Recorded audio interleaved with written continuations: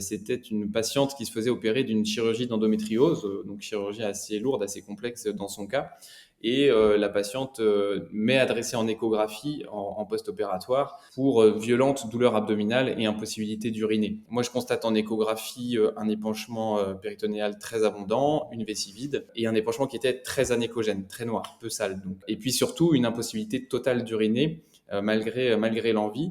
Donc, je suggère de faire un scanner immédiatement pour rechercher une lésion vésicale, iatrogène, chirurgicale. Donc, l'examen est fait 2-3 heures après par un autre radiologue à l'époque. Et il se trouve que la conclusion du radiologue, c'est pas de lésion vésicale, etc., etc. J'avais une forte intuition clinique à ce moment-là qu'il y avait vraiment une lésion vésicale. Et en fait, je regarde le scanner qui est réalisé et qui est réalisé avec une sonde vésicale qui n'est pas clampée. La conclusion était pas de lésion vésicale. J'ai appelé le chirurgien en lui disant que je n'étais pas d'accord avec le compte-rendu, que l'examen avait été fait vessie non clampée et que donc s'il y avait une lésion vésicale, elle ne pouvait pas être mise en évidence. Il a été obligé de retourner au bloc, sauf qu'il est retourné avec un collègue urologue. Effectivement, il y avait une plaie vésicale qui n'avait pas été visible du fait de l'absence de ce clampage. Je me suis dit vraiment le bon sens a souvent raison sur les images.